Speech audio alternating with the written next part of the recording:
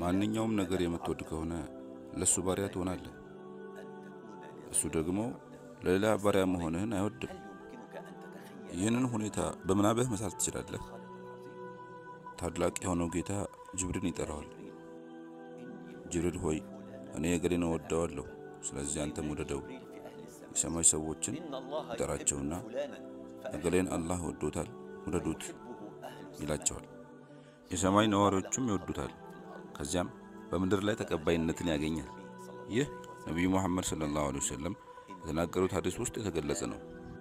ጅብሪል ሆይ እኔ እገሌን እወደዋለሁ፣ አንተም ውደደው። እገሌ የሚባለው አንተ፣ እኔ ወይም እሷ ማንኛውም ሰው ሊሆን ይችላል።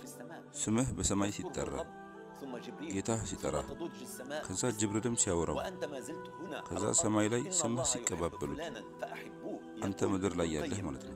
እገሌን አላህ ወዶታልና እናንተም ውደዱት ይባልልሃል። ይህም እንደሚሉት ፍቅር የሃይማኖት መሰረት ነው። እርግጥ ነው ከጀሃነም ልትፈራ ትችላለህ፣ ወይም ደግሞ ለጀነት ተስፋ ሊኖርህ ይችላል። ነገር ግን እነዚህ ወደ አላህ ቅርበት አልባት አያደርሱህም። ፍቅር ግን ያደርገዋል። ፍቅር ነው የሚያነሳ፣ በአላህ ጥላ ስርም የሚያደርግህ። ፍቅር የእውቀት ቁልፍ ነው። ነገር የሚወድ ሰው እሱን ወደ ማወቅ በደንብ ይለፋል። ፍቅር መረዳትን ይቀድማል። ውዴታም ከምስጢራዊ ወይንም ጥልቅ እምነት ቀደም ብሎ ይመጣል። ሰዎች ስለ ፍቅር በቃል ይስማማሉ፣ ነገር ግን ትርጉሙን ሲጠየቁ ይለያያሉ። አቡ ጃዕፈር ፍቅር ልብ የማያስተውለው ምላስ የማይገልጸው ምስጢር ነው ይላሉ። ነገር ግን ችግር የለም፣ እስኪ እንሞክር። በትርጉሙ እንስማማለን። አስርየ አሰቅተይ ደግሞ ፍቅርን ፈቃድህን ለምትወደው ፍቃድ መስዋዕት ማድረግ ማለት ነው ሲሉ ይገልጹታል። እሱ የሚያስደስተውን እንጂ ሌላ ነገር አትመለከትም። እኒህን የተወሰኑ ቃላቶችን ይጠቀማሉ እኒህ ታላቅ ሰው። በዚህ ጉዳይ እንድናስብበትም ትተውን ያልፋሉ። እውነተኛ ፍቅር ማለት በመውደድ ላይ ያለውን ፍቃድ ሙሉ በሙሉ መቀበል እንጂ የራስን ፍላጎት ከአላህ ፍቃድ በላይ ማድረግ አይደለም ይላሉ። አንተ በምትፈልገው ፍላጎት ላይ ሳይሆን የምትወደውን አካል ፍላጎት ማሟላት ማለት ነው።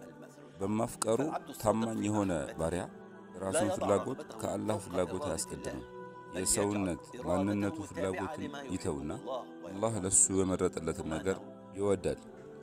አቡ አብደላህ አልቁረሺ እንደሚሉት ደግሞ እውነተኛ ፍቅር ራስህን ሙሉ በሙሉ ለምትወደው መስጠት ማለት ነው። ከአንተ ውስጥ ምንም የራስ ነገር እስከማይቀር ድረስ። ይህ ተግባር ማለት ሁሉንም ድርጊቶችህ፣ እንቅስቃሴዎችህ እና ምርጫዎችህን በአላህ ፍቃድ ላይ መመስረት ማለት ነው። በእርግጥም ኢብኑል ቀይም እንዳሉት ነው፣ ፍቅር የነፍስ እንቅስቃሴ ነው፣ ያለ እረፍት ወደ አላህ የሚጎርፍ ጉዞ ማለት ነው። እንቅስቃሴ ነው ያለ እረፍት። ደንብ አድምጡ፣ እንቅስቃሴ ያለ እረፍት። ይህ በቃል ብቻ የሚገለጽ አይደለም፣ በእንቅስቃሴና በተግባር የሚታይ ነው። አልበስጣሚም እንዲህ ይላሉ፣ አላህን የሚወድ ሰው ከእሱ የሚያቆራርጠውን ነገር በሙሉ ይተዋል። በአጠቃላይ ስናየው ፍቅር የተባለው ነገር ልብ ላይ ስለምታነሳ ወይም ስለምታስወግድ ነው፣ ፍቃሬ ውጭ ያለውን ነገር ማለት ነው።